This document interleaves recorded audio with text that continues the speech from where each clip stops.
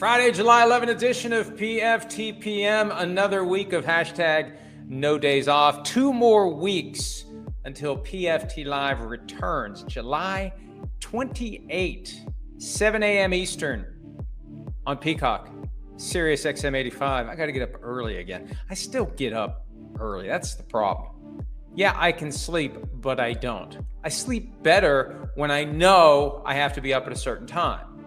When I've got a looser ability to set an alarm, it's a broader range, then my sleep is all crap. But you don't care. I barely care. I care about football, as do you. And one story that we had followed for most of the week, and I'm going to peel back the curtain a little bit. I'm going to tell you how the sausage is made just a little bit. I don't want to compromise any of my sources, but what happened was on Sunday, I got an email, got a tip from someone who knows someone at the Antioch, California Police Department. And this person said that Najee Harris was injured in a fireworks accident at some point over the weekend, and that it was going to come out. And that, as rumor had it, he had lost an eye in this fireworks accident. And this was right around bedtime on Sunday night. So here we go. Let's mobilize. Let's find out if there's anything to it, because that's what we're here for, to find news and bring you news. And if somebody's going to get it, we may as well get it. But for something like that, you got to nail it down before you even breathe a word of it. So I had my son start searching social media for any sign of a Najee Harris fireworks accident. And there were a couple of stray tweets that didn't get much traction. None of the news outlets were reporting it. So, and this is where I need to protect my sources, but I activated the process of trying to find out whether or not there was anything to it. And there's different things you do. And if you do this for a living, you know what they are. And it's not rocket science. It's not hard to figure out who you would try to contact if you're trying to find out what happened, if anything, to someone who plays in the NFL. And I kind of wanted to go to bed. It's like, well, I may have to stay up. I may have to write this story. That's fine. That's what we do. That's why we're here, yada, yada. And again, I don't want to blow anyone up here, but that's no pun intended. That's how it came out. But I came to the conclusion, based upon people I trust, that everything's fine. Not injured. Someone was seriously injured, but it wasn't him. It was a friend of his. Not injured. So I said, fine, I'm going to monitor this. Because it's one of those where you trust your little, when you get in touch with people and they don't get back to you, it's like something's going on here. And, the spider sense was telling me there was something to it. But you give people the benefit of the doubt. When they say he's fine, this is fine, that will be fine. Fine. Well, then as the week unfolded, I kept seeing stray little things, and maybe something to this. And it was yesterday, Cam Inman of the San Jose Mercury News reported that Harris was injured.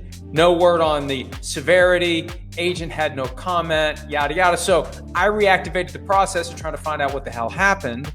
And that's when one thing leads to another. We get the statement, and the statement was submitted to multiple media outlets explaining that a superficial eye injury was suffered by Najee Harris as a result of a fireworks incident on the July 4 weekend. It was technically early on the morning of the 5th when this happened.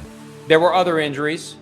Apparently, a friend of Najee Harris's was critically injured in the mishap. And from the team's perspective, and again, I got to protect my sources, but I think the team's attitude is pretty simple. We don't know what happened. We don't know if he's injured, but we know this. Players report to training camp next week, and he'll have a physical. And we'll find out if he's healthy. We'll find out if he's injured. I don't know what a superficial eye injury is. Any injury to the eyeball would not seem to me to be superficial, but we'll find out. That'll be the next step in this. Will he pass the physical and be cleared to practice? Will he be put on the physically unable to perform list? Actually, it would be the non-football injury list because this is a non-football injury. It's as non-football as it gets. The statement said he'll be ready for the season, and implicit in that, potentially, if we're going to parse words, maybe he won't be ready right away. Maybe he'll miss training camp. We don't know any of that. And we just sit back and wait at this point. There's nothing we can do. I heard this from a couple of different sources. This didn't come from the statement. This didn't come from the agent, but from other people in the know. I think that there may be some potential liability concerns at play here that may have prompted people to be very careful about what they said early on. So, look, I'm not upset. It happens. We're only as good as the information we get. And unless we were there, we don't know what the hell happened early on. And we didn't report anything on it. We didn't report it. We didn't say he wasn't injured. Part of it was, if he's not injured, it's not a story. But part of it also was, I just kind of had I don't know, maybe he is injured. And sometimes those instincts can keep you from creating a story and a link that is factually incorrect. So we waited, and ultimately, what we're told on the record by his agent, Doug Hendrickson, superficial eye injury for Najee Harris. We'll find out what superficial means when he has his scheduled physical next week when he reports for training camp. Okay. Yesterday's show and my life for the past couple of days dominated by someone finally. The good news is someone finally is advancing the ball on the NFLPA collusion craziness. Bad news is someone's advancing the ball on it, which means a couple of things for me. And I'm not asking for your pity, but this is supposed to be the slow time. There is no slow time. Okay, let me tell you a secret. There's no slow time. And don't tell NBC, but they don't need to shut the show down for 6 weeks. It's funny because we were talking about coming back on the 21st, and my partner for 4 days a week, 2 days a week during football season. At some point, he's really not my partner anymore. During football season, just kind of part-time. But Chris said, what the hell are we going to talk about the week of the 21st? There's not going to be anything to talk about. Hey, Christopher, there's always something to talk about. And this NFLPA collusion situation where they file the grievance, they get a partial win, they generate some real evidence of actual collusion, they bury everything.